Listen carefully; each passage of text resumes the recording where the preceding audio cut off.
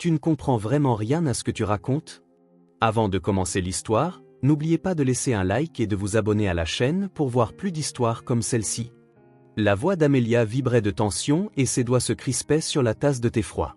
C'est la maison où des générations ont vécu. Tu ne peux pas simplement la prendre et la vendre à de parfaits inconnus. Je levai lentement les yeux. La colère monta en moi comme une vague, me glaçant le bout des doigts. 3 jours. Seulement 3 jours s'étaient écoulés depuis les funérailles de mon père, et elle était déjà là. Déjà en train de me dire quoi faire de son héritage. Et qu'est-ce que toi et ta famille avez à voir là-dedans? C'est mon héritage et je déciderai moi-même quoi en faire, dis-je fermement à ma belle-mère. Son visage se crispa de colère. Ses pommettes devinrent saillantes et ses yeux se réduisirent à de fines fentes. Un instant, nous nous dévisageâmes, et l'air entre nous semblait sur le point de crépiter. Naomi, siffla-t-elle en se penchant en avant. Tu te méprends. Mon fils a autant son mot à dire que toi dans cette affaire. C'est aussi son avenir. Simon se déplaça maladroitement dans l'embrasure de la porte, hésitant à entrer pleinement dans la cuisine, comme s'il craignait d'être pris entre deux feux. Son regard oscillait entre moi et sa mère, des perles de sueur apparaissant sur son front. « Maman, peut-être pas maintenant » marmonna-t-il. Naomi traverse déjà une période difficile après. « Tais-toi » le coupa Amelia. « Toi, comme toujours, tu ne comprends rien à la vie. La maison de ton beau-père est une chance pour vous deux de sortir de ce taudis. » Elle jeta un regard méprisant autour de notre cuisine exiguë. « Et elle veut tout gâcher. » Quelque chose en moi craqua. « À taudis ?» Simon et moi avions travaillé d'arrache-pied pendant 4 ans pour acheter cet appartement. Petit, oui, mais à nous. Chaque objet ici avait été choisi avec amour. Chaque centimètre carré de cet espace était habité. Vous savez quoi? Je me levai brusquement, repoussant la chaise si fort qu'elle crissa désagréablement sur le linoléum. Vous n'êtes pas ma mère et vous n'avez pas à me dire ce que je dois faire. Mon père m'a laissé la maison à moi, pas à vous ni à votre fils. À notre fils, haleta ma belle-mère en se serrant la poitrine. J'ai toujours su que tu ne pensais qu'à toi. Mon pauvre garçon. Simon entra enfin complètement dans la cuisine. Ses épaules étaient voûtées, comme s'il essayait de se faire plus petit. Naomi, maman s'inquiète juste pour nous, commença-t-il d'un ton conciliant. Peut-être qu'on peut en parler calmement. La maison de ton père pourrait vraiment. Toi aussi, le coupai-je avant qu'il ne puisse finir. Le corps de papa n'est même pas encore froid et vous vous partagez déjà ses biens. Merveilleux. Simplement merveilleux. Dehors, il fit soudain sombre, comme juste avant un orage. La cuisine fut plongée dans la pénombre et je n'allumai pas la lumière. C'était plus facile ainsi de cacher les larmes qui me montaient aux yeux. La maison de papa, vieille, tordue, avec un jardin en friche et des planchers qui craquent. Depuis l'enfance, j'en connaissais chaque recoin. La bosse sur la rampe de la véranda. La fissure au plafond en forme de carte. La cachette secrète sous l'escalier où mes amis et moi jouions aux princesses. L'odeur des pommes et de la cannelle le week-end, quand papa préparait sa fameuse tarte. La voix de maman résonnant dans le jardin quand elle nous appelait pour le dîner. Tout cela avait disparu il y a 12 ans, quand maman était morte. Papa s'était renfermé sur lui-même, et moi, je m'étais enfui. D'abord au foyer universitaire, puis dans ma vie avec Simon. Je revenais rarement. Pour les vacances, j'appelais le week-end, prévoyant toujours de passer, mais le travail, les problèmes quotidiens, l'éternel manque de temps. Et maintenant, juste des pièces poussiéreuses où le temps s'était figé, et un sentiment de culpabilité qui m'empêchait de respirer profondément. J'y vais demain, dis-je, soudain surprise de ma propre résolution. Le matin, ajoutai-je en regardant les visages confus de ma belle-mère et de mon mari. Seul. Je dois trier les papiers et juste être là. Amelia renifla mais resta silencieuse. Simon s'avança timidement vers moi. Je pourrais venir avec toi. T'aider? Non, le coupai-je. Je dois le faire moi-même. Une lueur de blessure apparut dans ses yeux. Avant, cela m'aurait affecté, m'aurait fait céder, mais pas maintenant. Maintenant, il n'y avait que du vide en moi et une étrange détermination. Je n'ai pas fermé l'œil de la nuit. Je suis resté allongé, les yeux fixés au plafond, tandis que Simon ronflait doucement à côté. Les pensées s'en mêlaient et revenaient sans cesse à papa, à la maison, aux mots de ma belle-mère. Tout gâché. Comme si j'allais gaspiller l'héritage en vêtements et bijoux, comme si j'étais une dépensière incapable de prendre une décision réfléchie. Vers 5 heures du matin, Je me suis levé discrètement, j'ai fait un petit sac et j'ai quitté la maison. Le trajet jusqu'à la maison de papa a duré près de 3 heures. Le vieux minibus cahotait sur l'autoroute défoncée, puis encore 2 kilomètres sur une route de campagne, à pied, et un nuage de poussière soulevé par les rares voitures qui passaient. Quand j'ai enfin poussé le portail grinçant, le soleil était déjà haut. La cour était envahie par les mauvaises herbes qui montaient jusqu'à la taille. Le porche était encore plus tordu que dans mes souvenirs. Les volets des fenêtres du 2e étage pendaient à un seul gond, prêts à tomber à tout moment. La maison se mourait sans propriétaire. La clé tourna avec difficulté. La porte céda à contre-cœur, comme si elle ne voulait pas admettre une étrangère. À l'intérieur, ça sentait l'humidité, la poussière et la maison. Une odeur impossible à confondre. L'odeur de l'enfance. Je traversais les pièces, touchant de vieux objets, ouvrant les placards, jetant un coup d'œil dans les tiroirs. Partout, des traces de la vie précipitée d'un homme seul, une tasse de thé à moitié bue sur la table, un livre ouvert sur le canapé, quelques photos au mur, moi petite, maman jeune et heureuse, et papa. Dans sa chambre, sur la table de chevet, je trouvais une enveloppe. Naomi. L'écriture anguleuse familière me poignarda le cœur. Je m'assis sur le bord du lit, pris soigneusement l'enveloppe, mais, pour une raison quelconque, je ne me pressais pas de l'ouvrir. J'avais peur, j'avais l'impression que l'ouvrir signifierait admettre enfin que papa était réellement parti.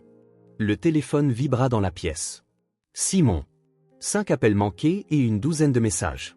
Je rejetai l'appel et mis le téléphone en silencieux. Pas maintenant. Le soleil jouait sur une vieille photo encadrée. Moi, environ 5 ans, assise sur les épaules de papa, les bras écartés comme si je volais. Nous rions tous les deux, heureux, insouciants. Avant la maladie de maman, avant sa mort, avant tout ce qui nous avait ensuite séparés. L'enveloppe dans mes mains semblait inhabituellement lourde. Avec des doigts tremblants, je déchirai le bord et sortis une lettre pliée en 4. Chère fille, si tu lis ceci, c'est que je ne suis plus là. Pardonne-moi de ne pas t'avoir attendu. Pardonne-moi pour tout. Pardonne-moi de ne pas avoir été là quand tu avais besoin de moi. Pardonne-moi de m'être renfermé sur moi-même après la mort de maman. Je ne savais pas comment continuer à vivre, comment être un père sans elle à mes côtés. La maison et le terrain sont à toi maintenant. Je sais que tu as grandi depuis longtemps et que tu as ta propre vie en ville. Vends tout si tu veux, ou garde-le. Le choix t'appartient. Mais il y a autre chose que tu dois savoir. Dans la remise, sous la 3e planche à partir de la porte, j'ai laissé quelque chose d'important pour toi. Ce n'est pas de l'argent ni des bijoux. C'est le souvenir que ta mère et moi voulions te transmettre. Et encore une chose, sois heureuse. Vraiment heureuse. Pas comme moi, prisonnier du passé et des espoirs déçus. Ton papa. Je restais assise, serrant la lettre contre ma poitrine, et je pleurais. Pour la première fois depuis les funérailles. Pour la première fois, vraiment. La 3e planche à partir de la porte. Je me frayais un chemin jusqu'à la remise, luttant contre d'épaisses orties et bardanes. La remise avait l'air encore pire que la maison, tordue, avec des parties du toit effondrées. Je poussai la porte et elle s'ouvrit en grand, ne tenant plus que par une seule charnière rouillée. À l'intérieur, ça sentait la moisissure et le vieux bois. La lumière du soleil filtrait par les interstices du toit, illuminant les particules de poussière qui dansaient dans l'air. Les planches du sol craquaient sous mes pas, certaines s'affaissaient sous le poids. La 3e planche à partir de la porte. Je tombai à genoux et tâtonnai avec mes mains. La planche céda facilement, comme si elle avait été soulevée régulièrement. Dans l'interstice se trouvait une vieille boîte en métal. Avec un peu d'effort, je la sortis et l'amenai à la lumière.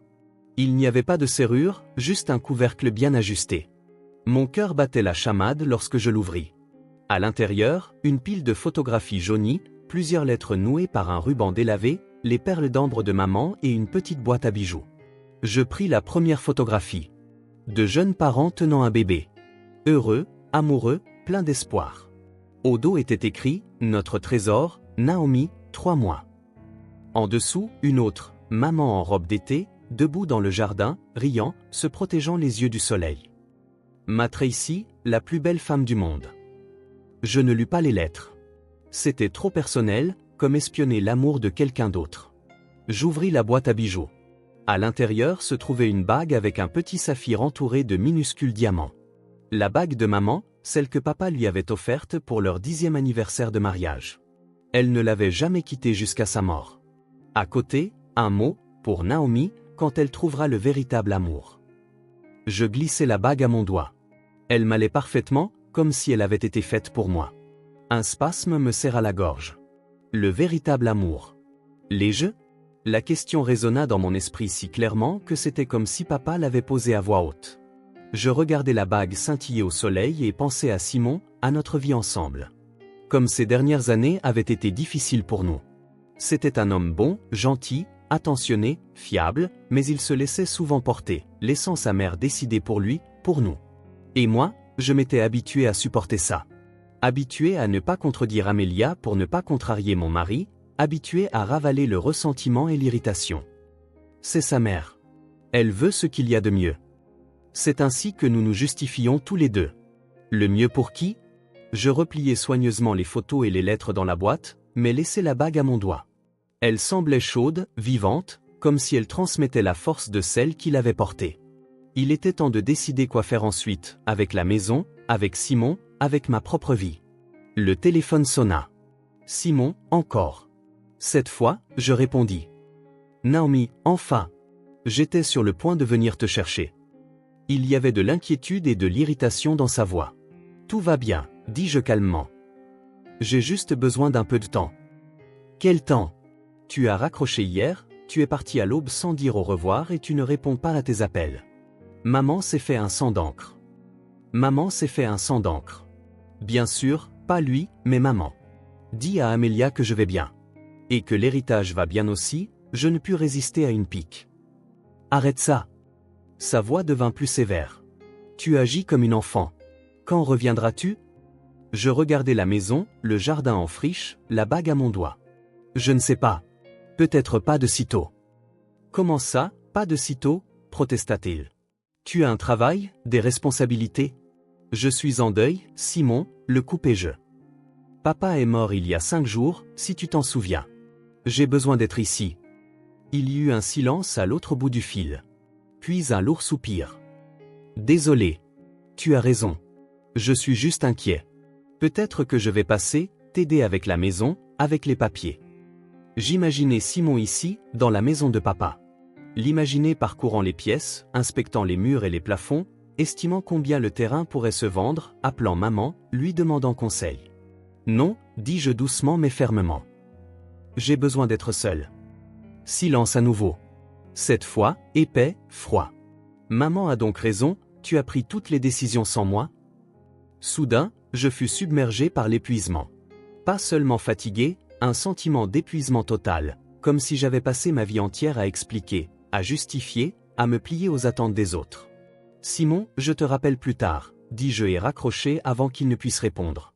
Je passai le reste de la journée à trier les affaires de papa. Une pile de vieux magazines, une boîte à outils, du matériel de pêche.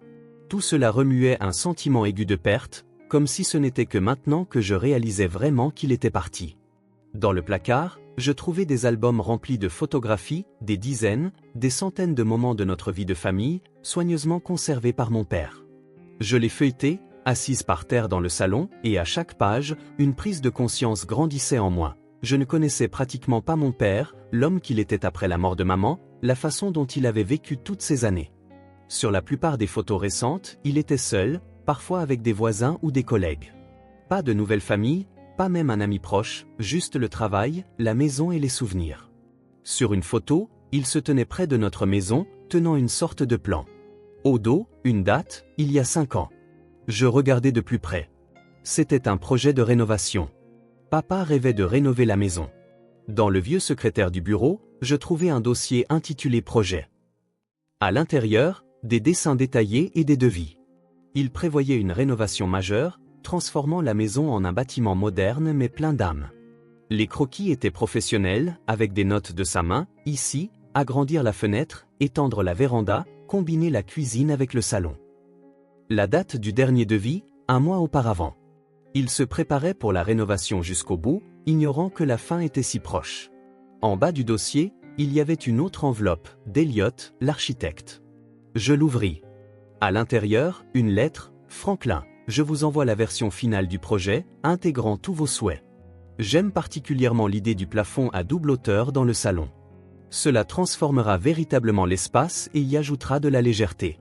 Comme nous en avons discuté, une fois que vous aurez approuvé, je suis prêt à chercher une équipe. Les prix sont élevés ces temps-ci, mais j'essaierai de trouver des gars fiables pour un prix raisonnable pour vous. La lettre de l'architecte se terminait par une phrase qui me coupa le souffle. Je suis sûr que votre fille appréciera que vous ayez préservé et transformé la maison familiale. Ce sera un merveilleux cadeau pour son 30e anniversaire. Pour mon 30e anniversaire, qui devait arriver dans 8 mois. Papa ne prévoyait pas de vendre la maison. Il rêvait de la restaurer et de me la donner, pour que je puisse revenir ici, pour que mes enfants, ces petits-enfants qu'il n'avait jamais rencontrés, puissent courir dans ce jardin comme je l'avais fait autrefois. Les larmes coulaient sur mes joues, tombant sur le papier. Je ne les remarquais pas tandis que je tournais les pages du projet, regardant l'avenir que mon père avait prévu pour nous deux, pour notre famille. Mais Amelia voulait que je vende tout, que j'efface le dernier rêve de mon père. Je refermais les dossiers d'un coup sec. Non, cela n'arriverait pas. Passer la nuit dans la maison était étrange, mais je ne voulais pas partir. Je m'installai dans mon ancienne chambre, qui semblait m'avoir attendu toutes ces années, avec un ours en peluche sur le lit, des posters au mur, des livres sur les étagères. J'étais allongé là, fixant le plafond, pensant à la maison qui pouvait être sauvée, au projet qui pouvait être réalisé. À l'argent sur le compte, pas beaucoup, mais assez pour commencer, au travail que je pouvais faire à distance, à Simon, qui probablement ne comprendrait pas. Le téléphone sonna de nouveau. Je pensais que c'était mon mari, mais l'écran affichait le nom de mon ami. « Naomi, où as-tu disparu ?» La voix d'Amélie, mon amie, était inquiète. « Simon appelle tout le monde, il te cherche.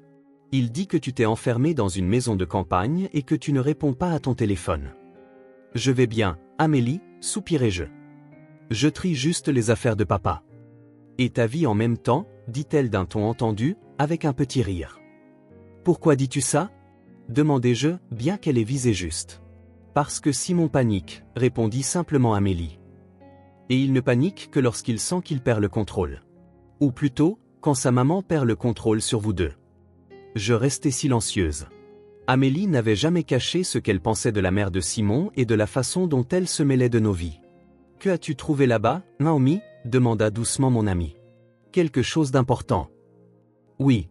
Papa voulait rénover la maison et me l'a donnée pour mes 30 ans. » Les mots sortirent difficilement.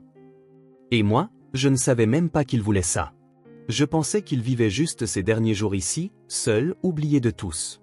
Mais il rêvait, il planifiait. « Et qu'est-ce que tu vas faire ?»« Je ne sais pas, admis-je honnêtement. Mais je ne la vendrai certainement pas. C'est la dernière chose que papa aurait voulu. »« Simon, ta belle-mère. »« Et alors eux, m'emportai-je soudain. »« Qu'est-ce qu'ils ont à voir là-dedans ? C'est mon père, ma maison, ma décision. »« Alors, dit Amélie pensivement. »« Je comprends. Tu es en train de décider quelque chose de grand, d'important pour toi, là-bas. Ai-je raison ? » Je restai de nouveau silencieuse, mais elle n'attendait pas de réponse. « Naomi, je suis avec toi. Quoi que tu décides, sache-le. » Après avoir parlé avec mon ami, je ne pus m'endormir pendant longtemps. Des bribes de pensées, de plans, de souvenirs tourbillonnaient dans ma tête. Au matin, j'avais sombré dans un sommeil agité, pour être réveillé par le bruit d'une voiture qui s'arrêtait. Je jetai un coup d'œil par la fenêtre. Au portail se trouvait le SUV cher d'Amélia. En sortirent ma belle-mère et Simon. Tous deux semblaient déterminés alors qu'ils se dirigeaient vers la maison. Mon cœur battait à tout rompre dans ma gorge. Je n'étais pas prête pour cette confrontation. Pas maintenant, alors que mes pensées étaient si embrouillées, mais il n'y avait nulle part où fuir. Je m'habillai rapidement, me lavai et descendis. Quelqu'un frappait déjà à la porte avec insistance, exigeant « Naomi, ouvre tout de suite. Je sais que tu es là. » La voix d'Amélia résonnait dans toute la cour, me faisant sursauter. Je pris une profonde inspiration et ouvris la porte. Ma belle-mère fit irruption dans la maison comme une tornade, remplissant instantanément l'espace de son énergie. Simon suivit, souriant d'un air contrit. « Eh bien, enfin !» s'exclama Amélia en levant les bras au ciel. « On a failli devenir fou. Quel est ce comportement, Naomi ? Ton mari ne sait pas où tu es ni ce qui t'arrive, et tu te caches ici, dans ce taudis. » Je la fixai en silence, étonné de la façon dont j'avais pu autrefois laisser cette femme me parler ainsi. La peur, le besoin de plaire, l'habitude de m'accommoder. « Bonjour, Amélia, dis-je calmement. Et bonjour à toi aussi, Simon. Entrez, puisque vous êtes là. » Ils entrèrent dans le salon, regardant autour d'eux avec prudence. Ma belle-mère fut stupéfaite en voyant le plâtre craquelé sur les murs et les vieux meubles. « Mon Dieu, comment peut-on vivre dans de telles conditions » s'exclama-t-elle en se laissant tomber dans un fauteuil, soulevant un nuage de poussière. Simon avait raison. Cet endroit doit être vendu le plus tôt possible. Tout tombe en ruine ici. Simon toussa maladroitement mais resta silencieux. Comme toujours, quand il s'agissait de prendre mon parti, il préférait ne pas s'impliquer. « Je ne vais pas vendre la maison, dis-je fermement, regardant ma belle-mère droit dans les yeux. « Ne sois pas ridicule, me repoussa-t-elle d'un geste de la main. « Bien sûr que si. J'ai déjà parlé à un agent immobilier que je connais. Il pense que le terrain est excellent et peut rapporter beaucoup d'argent. La maison elle-même est une ruine, mais le terrain... » Amélia, l'interrompis-je, sentant une vague de colère monter en moi. « Je t'ai dit que je ne vendrai pas la maison. Ni maintenant, ni jamais. » Ma belle-mère se figea, bouche bée. Elle n'avait jamais entendu ce ton de ma part auparavant. Toujours docile, toujours prête au compromis, cédant toujours pour le bien de la paix familiale. Soudain, la belle-fille montra les dents. « Simon !» s'exclama-t-elle indignée, se tournant vers son fils. « Tu entends ce qu'elle dit ? Dis-lui. » Mon mari se balançait d'un pied sur l'autre, clairement incertain du côté à prendre. « Naomi, peut-être devrions-nous en discuter ensemble, après tout ?» commença-t-il d'un ton conciliant. « Cette maison est dans un état terrible. La rénovation coûtera très cher. J'ai un plan, dis-je en me dirigeant vers le secrétaire et en sortant un dossier avec les plans. Père a tout réfléchi et préparé. Il allait, Simon prit le dossier avec surprise et commença à feuilleter les pages. On voyait à son visage qu'il était impressionné, mais Amélia renifla simplement. Des fantasmes de vieil homme. Ça coûtera une fortune. J'ai déjà tout calculé, répondis-je calmement. Père avait des économies pour la première phase des travaux. Après ça, je me débrouillerai seul. Seul, rit ma belle-mère. Tu ne sais même pas planter un clou. Simon lança un regard d'avertissement à sa mère, mais elle ne le remarqua pas. Et où trouveras-tu l'argent, et surtout, pourquoi ? Pour venir ici une fois par an, à 3 heures de la ville ? Pas d'infrastructure, pas de commodité. Qui a besoin de cette ruine ? Répondis-je. J'en ai besoin, et je vivrai ici.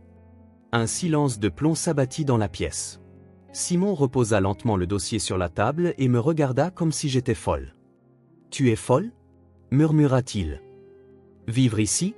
Et notre appartement, mon travail, notre vie ? Mais était-ce vraiment la nôtre, cette vie ? demandai-je doucement, le regardant dans les yeux. Ou avons-nous toujours vécu comme ta mère le voulait ? Amélia sursauta, le visage rougeoyant. « Comment oses-tu » s'exclama-t-elle en s'avançant vers moi. « Après tout ce que j'ai fait pour vous, aider à choisir l'appartement, organiser la rénovation, trouver un travail. Ingrate. C'est exactement de ça que je parle. » Tins-je bon, sans reculer. « Tu as toujours tout décidé pour nous.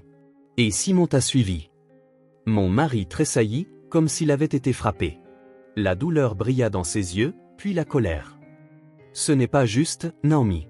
Tu sais combien j'aime ma mère. » « Je sais, hochai-je la tête. Et je ne t'ai jamais demandé de choisir entre nous. Mais peut-être qu'il est temps pour toi de décider ce que tu veux par toi-même, sans ses conseils. » Amélia se serra la poitrine, feignant une crise cardiaque. « Oh mon Dieu, qu'est-ce que j'entends ? Simon, vas-tu vraiment la laisser me parler comme ça ?» Simon se précipita vers sa mère, la fit se rasseoir dans le fauteuil, me lançant un regard de reproche. Comme toujours. « C'est moi la méchante, j'ai contrarié maman. » « Naomi, tu vas trop loin, dit-il sévèrement. Maman a vraiment toujours voulu seulement le meilleur pour nous. Je les observais silencieusement tous les deux. La femme qui avait manipulé son fils unique toute sa vie, et l'homme qui n'avait jamais osé devenir indépendant. C'est ma famille. Les gens avec qui j'ai vécu pendant 6 ans. Une boule dans la gorge m'empêchait de parler. Je me tournai vers la fenêtre pour cacher les larmes qui montaient. Dehors, le vent courbait les branches du pommier où mon père m'avait autrefois construit une petite cabane. Maintenant, il ne restait que les planches. Mais soudain, je me vis si clairement, petite, assise là avec un livre, heureuse et protégée. Je reste ici, dis-je sans me retourner. Je restaurerai la maison, comme papa le voulait. Vous pouvez partir. Tu ne peux pas tout abandonner comme ça, protesta Simon. Tu as des responsabilités, un travail, moi, après tout. Je me tournai vers lui. Je peux. Et tu peux rester ici avec moi. Aider à réaliser le rêve de papa. Construire notre vraie maison ici. Quelque chose comme de l'intérêt brilla dans les yeux de mon mari, mais Amelia intervint immédiatement, n'importe quoi. Simon ne quittera pas un bon travail pour tes chimères. Il a une carrière, des perspectives. Maman, laisse-moi décider par moi-même, dit Simon de manière inattendue. Je retins mon souffle. Se pouvait-il que, pour la première fois depuis toutes ces années, il contredise sa mère, prenne mon parti? Ma belle-mère plissa les yeux. Tu ne penses pas sérieusement à cette aventure, n'est-ce pas? Tout abandonner pour déménager au milieu de nulle part? Réparer une ruine, pourquoi faire? Simon me regarda, puis sa mère, puis de nouveau moi. Je ne sais pas, maman, dit-il doucement. J'ai besoin de réfléchir. Amelia sursauta, le visage tordu de colère. Réfléchir? Il n'y a rien à réfléchir. Cette femme t'a complètement embrouillé. D'abord elle voulait partager l'héritage, maintenant elle veut t'entraîner dans ce trou. Et qui pensera à ton avenir, à ta carrière, à ton confort? Et qui pensera à ce que je veux, moi? Demanda soudain Simon, et nous nous figeâmes toutes les deux de surprise. Est-ce que quelqu'un m'a jamais demandé ce que je voulais? Ma belle-mère cligna des yeux, clairement décontenancée. Mais, j'ai toujours su ce qui était le mieux pour toi, mon fils. Je savais, il hocha la tête avec un sourire amer, et j'ai décidé, toujours décidé pour moi où étudier, où travailler, qui épouser. Quoi? Je ne pus me retenir. Tu m'as épousé parce que ta mère l'a décidé? Simon pâlit, réalisant qu'il en avait trop dit. Non, ce n'est pas ce que je voulais dire. Je t'aimais. C'est juste que maman a approuvé ton choix, finis-je pour lui, parce que je correspondais à son idée de la bonne belle-fille. Silencieuse, docile, pas trop ambitieuse. Un lourd silence pesa dans la pièce. Je regardai mon mari et vis un petit garçon effrayé qui avait craint de décevoir sa mère toute sa vie, qui n'avait jamais su lui dire non, et qui m'avait épousé parce que c'était la bonne chose à faire. Je vais prendre l'air, dis-je, me sentant suffoqué. J'ai besoin de réfléchir. Nous avons tous besoin de réfléchir. Je sortis sur le porche. Le soleil de juin était haut, réchauffant les planches de la véranda. Une pie jacassait à proximité. L'air sentait l'herbe chaude et les fleurs de pommier. Assise sur les marches, je regardais la bague à mon doigt. Pour Naomi, quand elle trouvera le véritable amour. Père croyait que je le trouverais, que je serais heureuse. Vraiment heureuse. Pas comme lui, prisonnier du passé et des espoirs déçus. Derrière moi, la porte grinça. Je ne me retournai pas. Je savais qui c'était. Simon s'assit à côté de moi, sans me toucher. Jolie bague, dit-il après un long silence. Je ne l'avais jamais vue avant. Celle de maman.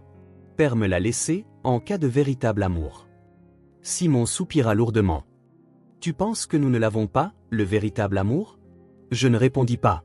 Je regardais le jardin, les parterres en friche, le banc sous le vieux pommier que père avait autrefois fabriqué pour maman.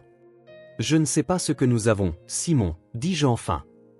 Un appartement en commun, l'habitude, la peur de la solitude. Mais si nous ne pouvons pas nous soutenir mutuellement dans les moments difficiles, si nous ne pouvons pas résister à la pression extérieure, quel genre d'amour est-ce? Il se voûta, se prenant la tête entre les mains. Je voulais bien faire. J'ai toujours voulu bien faire, dit Simon doucement. Maman, elle me veut vraiment du bien. Elle ne sait juste pas le montrer différemment. Je sais, hochai-je la tête. Mais je ne peux plus vivre selon ses ordres. J'ai grandi sans mère, Simon. Personne ne m'a dit comment vivre. C'est peut-être pour ça que j'ai toléré le contrôle de ta mère si longtemps. Il releva la tête. Alors, quoi maintenant? Tu veux vraiment rester ici, restaurer cette maison? Oui, répondis-je simplement.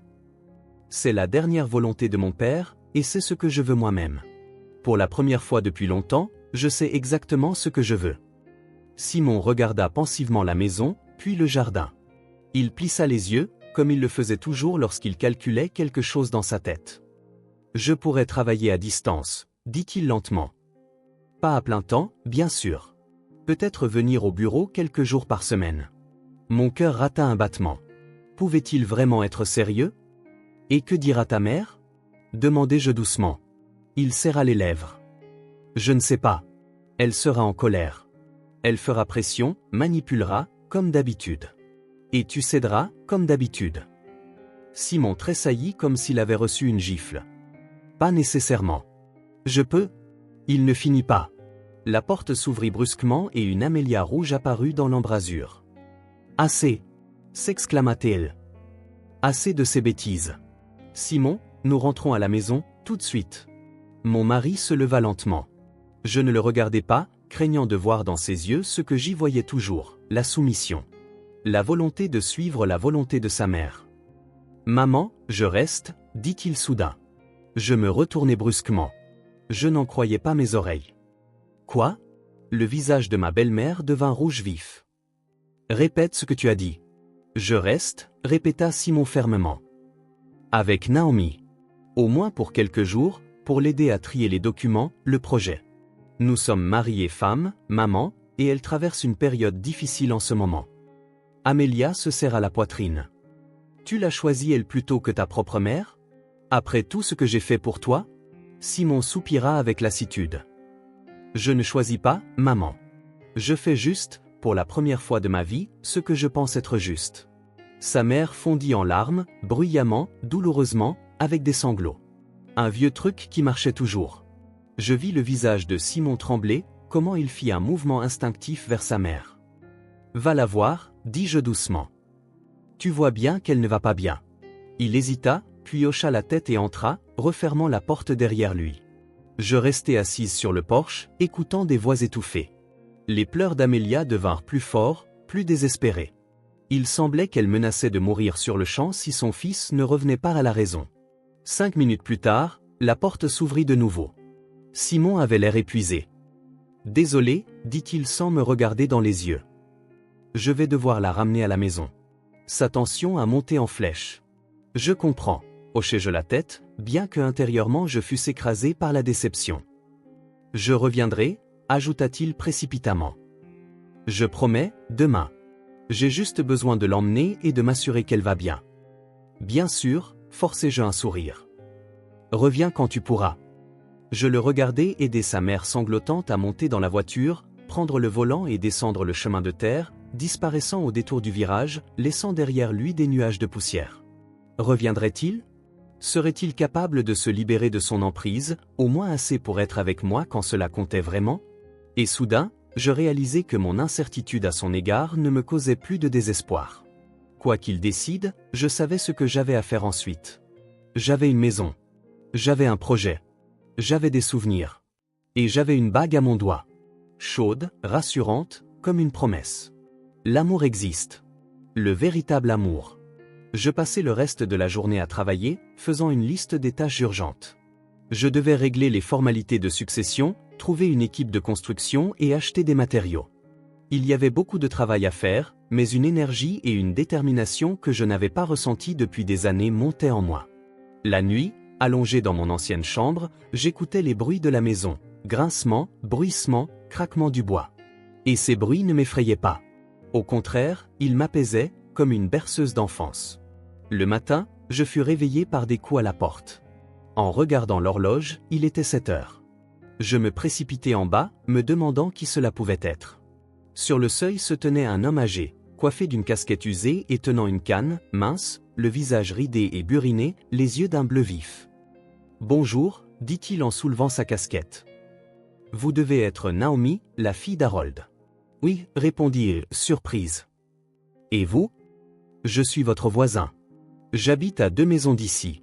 J'étais ami avec votre père. Que son âme repose en paix. » Je l'invitai à entrer et mis la bouilloire en marche. Il s'avéra qu'il était le gardien de nombreuses histoires sur mon père. Des histoires que je n'avais jamais connues. « Il vous attendait tellement, » dit le vieil homme en sirotant son thé. Surtout quand il a commencé à tomber malade. Il n'arrêtait pas de dire « Naomi viendra. Une fois que nous aurons fini les réparations, elle viendra. J'ai gardé la maison pour vous. J'ai fait de mon mieux. » Malade ? demandai-je de nouveau, sentant un frisson m'envahir. Papa était malade ? Elliot hésita, comme s'il regrettait ce qu'il allait dire. Son cœur lui jouait des tours ces dernières années. Il ne voulait pas vraiment se faire soigner. Il haussait les épaules. À quoi bon serais-je à l'hôpital ? J'ai des choses à faire, des projets. Il se dépêchait toujours, comme s'il savait que le temps lui était compté. Je serrai ma tasse si fort que mes doigts devinrent blancs. Une autre culpabilité que je ne pourrais jamais expier. Je n'avais pas su, pas vu, n'étais pas venu à temps. Ne vous en voulez pas, ma fille. Elliot sembla lire dans mes pensées. Votre père ne voulait pas vous déranger. Il était fier et il vous aimait beaucoup. Il avait peur que vous laissiez tout tomber pour vous précipiter à son chevet, mais il voulait que vous ayez votre propre vie. Avoir une vie, répétai-je doucement, pensant à ce qu'était réellement cette vie. Allez-vous restaurer la maison ? Demanda soudain le vieil homme. Votre père a mis tant d'efforts dans ses plans. Il m'a montré les croquis, m'a demandé conseil. Je hochai la tête. Je le ferai, certainement, mais je ne sais pas par où commencer. Elliot s'illumina. Alors je vais vous aider. Mon petit-fils dirige une équipe de construction dans le chef-lieu du district. Des gars bien, travailleurs, et il ne facture pas trop cher. Je l'appellerai aujourd'hui. Nous parlâmes encore environ 1 heure. Le vieil homme me raconta la vie du village, comment elle avait changé au fil des ans, qui était parti, qui était revenu, quelles nouvelles maisons avaient été construites et quelles anciennes étaient tombées en ruine. Votre père, Naomi, était l'un des rares à croire au village. Il n'arrêtait pas de dire, la mode de la vie à la campagne reviendra. Vous verrez. Les gens fuiront l'agitation de la ville, l'étouffement. Après le départ d'Elliot, je sortis dans le jardin, en friche mais toujours vivant. Les pommiers étaient en fleurs. Le vieux lilas près de la clôture embaumait. Entre les parterres, des pissenlits et de la menthe poussaient. La propriété de papa était maintenant à moi. Mon téléphone vibra dans ma poche. Un message de Simon, maman s'est calmée, je lui ai parlé, tout expliqué. Je viens te voir demain. J'ai quelques idées pour la maison. Tu me manques. Je souris, mais sans grande joie. Quelque chose me disait que cela ne durerait pas longtemps. Amelia n'abandonnerait pas si facilement. Les jours suivants furent un tourbillon. Le petit-fils d'Elliot, Ethan, un homme calme et solide, amena son équipe, inspecta la maison, étudia les plans et fit un devis. Le prix s'avéra beaucoup plus bas que ce à quoi je m'attendais. Par respect pour Harold, expliqua-t-il. C'était un homme bon. Que son âme repose en paix. Et mon grand-père m'arracherait la tête si je facturais trop cher à sa voisine préférée, ajouta-t-il avec un clin d'œil. Simon arriva comme promis, apportant des provisions, mon ordinateur portable et quelques affaires de l'appartement. Il était inhabituellement enthousiaste, posant des questions sur les plans de rénovation et proposant ses idées. Je me suis arrangé au travail, dit-il pendant le dîner. Je travaillerai à distance 3 jours par semaine et le reste au bureau. Au moins jusqu'à ce que nous ayons un bon rythme avec la rénovation. Je le regardai avec scepticisme. Et ta mère ? Il grimaça. Elle est toujours en colère, bien sûr, mais pour une fois, j'ai tenu bon, ajouta-t-il avec un triste sourire. Durant la première semaine, Simon débordait d'enthousiasme. Il se levait plus tôt que moi, aidait les ouvriers, discutait des détails du projet avec Ethan, appelait des designers en ville, consultait des architectes et avait même commencé à défricher les parterres du jardin. Il disait qu'il avait toujours rêvé d'avoir son propre potager. Je l'observais avec une surprise croissante. Cet homme actif et énergique était très différent du Simon que j'avais connu ces dernières années, toujours fatigué, apathique, se laissant porter par le courant. Tu sembles être une autre personne, remarquai-je un soir alors que nous étions assis sur la véranda à regarder le coucher du soleil. Il sourit. Peut-être que je deviens juste moi-même. La personne que j'ai toujours voulu être, mais que je n'ai jamais osé. Je voulais y croire que nos vies pouvaient vraiment changer, que nous pouvions tous les deux être plus heureux loin de l'agitation de la ville et du contrôle de ma belle-mère. Mais à la fin de la 2e semaine, le conte de fées commença à s'effriter. D'abord, Simon dut se rendre d'urgence en ville, une nécessité professionnelle. Il revint silencieux, le regard éteint. « Tout va bien ?» demandai-je prudemment. « Oui, oui », répondit-il d'un geste de la main, juste fatigué, le chaos de la circulation. Le lendemain, il reçut un appel téléphonique et parla longtemps dans le jardin, où je ne pouvais pas l'entendre. Le soir, il annonça qu'il devrait rester en ville pendant une semaine entière, un projet important, une date limite. Je ne discutais pas, demandai seulement « As-tu vu ta mère quand tu étais en ville ?» Il hésita, et ce fut suffisant. « Est-ce qu'elle pleure tous les jours ?» ?»« Oui, répondis-je doucement. »« Elle dit que tu l'as abandonnée, qu'elle est seule. »« D'accord, ne commence pas, » la rembarra-t-il. « Maman n'a rien à voir avec ça. J'ai vraiment beaucoup de travail en retard. En plus, elle s'est déjà faite à l'idée que nous vivions ici, à l'avenir. »« À l'avenir, répétai-je. Donc, jusqu'à ce qu'elle te convainque de revenir pour de bon. » Nous eûmes notre première dispute ce soir-là, la première de notre vie rurale ensemble. Simon perdit son sang-froid, disant que j'étais injuste envers sa mère, qu'elle nous avait toujours voulu du bien et que je ne comprenais pas à quel point elle était importante pour lui. « Alors pourquoi es-tu ici ?» demandai-je directement. « Quel est l'intérêt de tout ça, la maison, les réparations, les projets d'avenir, si tu vas retourner vers elle de toute façon, comme un chien battu à sa chaîne ?» Il s'enflamma de colère. « Tu sais quoi ? Je vais vraiment aller en ville demain et y rester jusqu'à ce que tu arrêtes d'agir comme une enfant gâtée. » Cette nuit-là, nous dormîmes dans des chambres séparées. Et le matin, Simon fit ses valises en silence et partit sans dire au revoir. Je ne pleurais pas. Quelque chose en moi me disait qu'il ne reviendrait pas.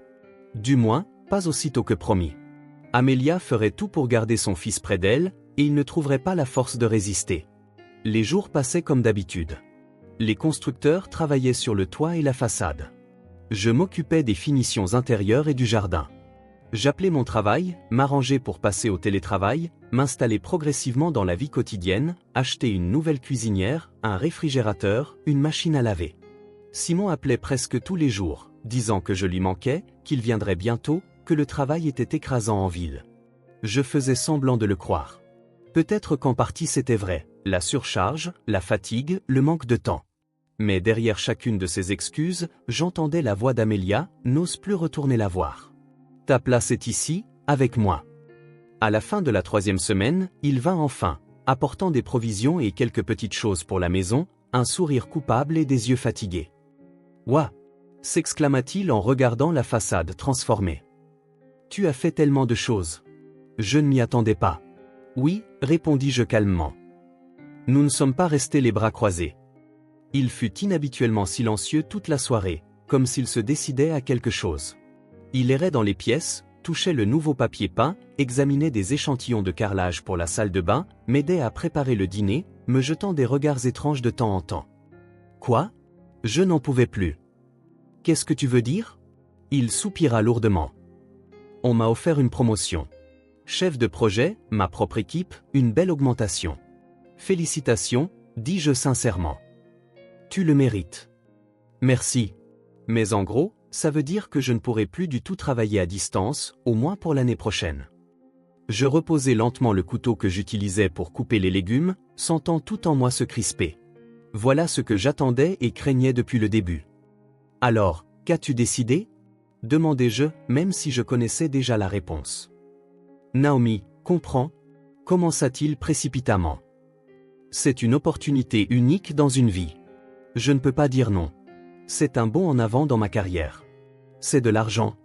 As-tu déjà accepté ? L'interrompis-je. Il hésita, puis hocha la tête. Oui. J'ai signé le contrat hier. Je me détournai vers la fenêtre.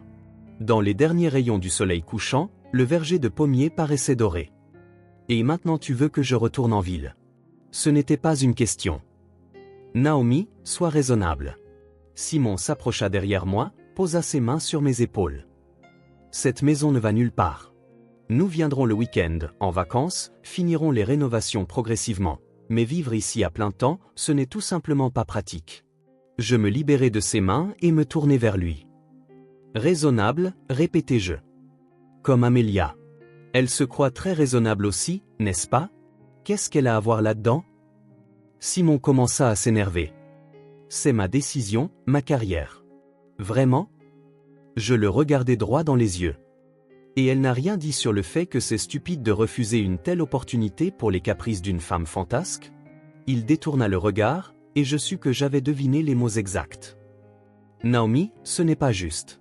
Tu me forces à choisir, toi ou ma carrière. Non, secouai-je la tête.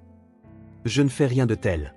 Je ne te demande pas de quitter ton travail ni de refuser la promotion. Je veux juste que tu fasses un choix toi-même, au moins une fois dans ta vie. Pas comme ta mère le veut. Pas comme c'est pratique pour tout le monde autour, mais comme tu le veux vraiment. Il resta silencieux, fixant le sol.